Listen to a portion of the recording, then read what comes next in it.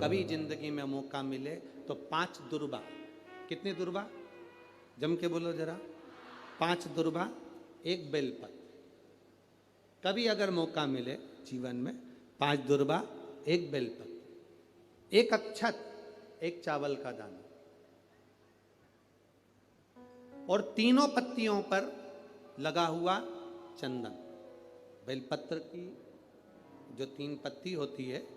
इन तीनों पर लगा हुआ चंदन, दुर्बा, बेलपत्र, चावल का 1 दाना मध्य पत्ती पर रखकर, जब भी आप अपने हृदय से कोई सरकारी गतिविधियों में कहीं फंस गए हो,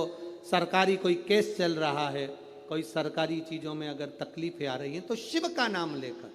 आप अपना कर्म जरूर करना, मेहनत जरूर करना, कर्म के साथ में शंकर पर विश्वास रखकर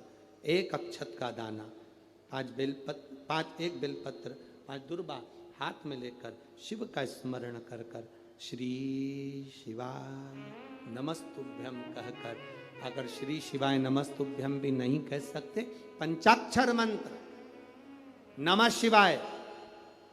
षडाक्षर मंत्र ओम नमः शिवाय, या फिर श्री शिवाय नमस्तुभ्यम बोलकर शिव को जो स्थान आपको बताया है, स्थान देखा है ना, फिर ध्यान देंगे, अशोक सुंदरी से शिवलिंग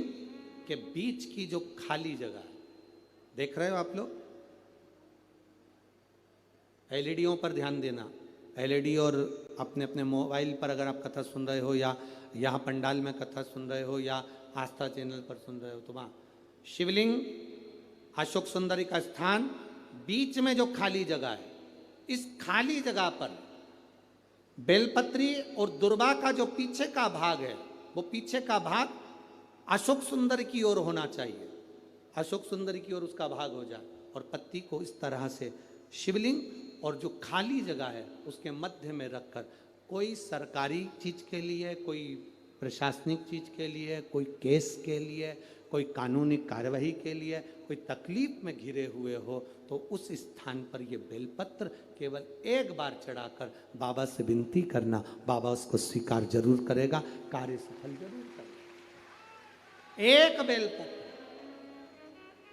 शिव भक्ति के लिए 1 बेलपत्र की मूल, 1 शिव कथा कह रही है, शंकर भगवान के इस शिवलिंग का स्मरण आप करेंगे, बीच में जो एक मोटी सी लाइन होती है, इसको अशोक सुंदरी कहते हैं। सब लोग दर्शन करें, जम के बोलो जरा, करें। अशोक सुंदरी की जगह जहां पूरी हो जाती है, उसके बीच में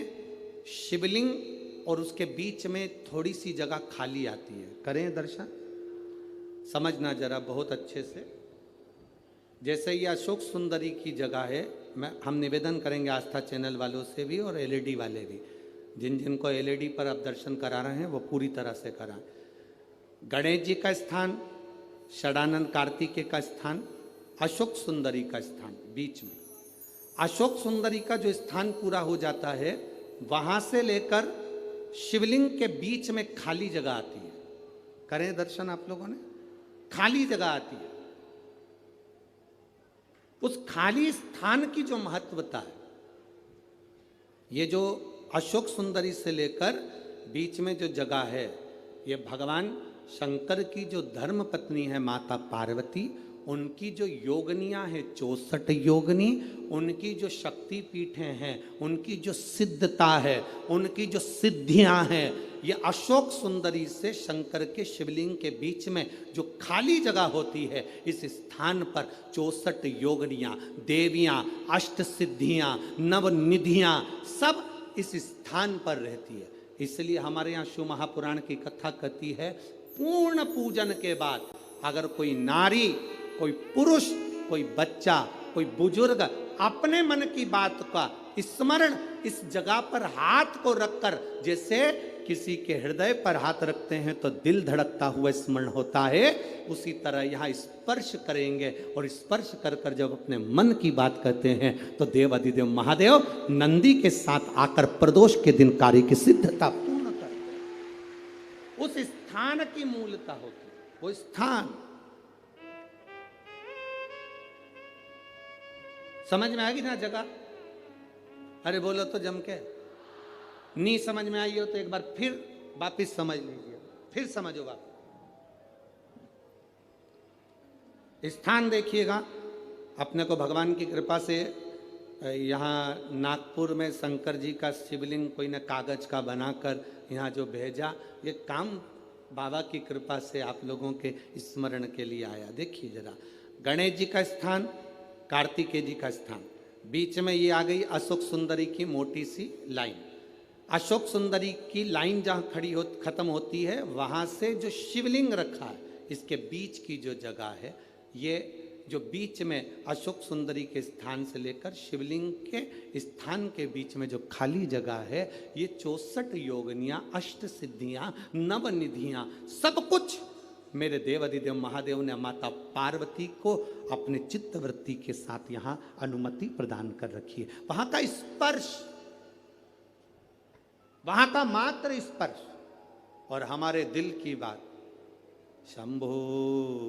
शरणे पड़ी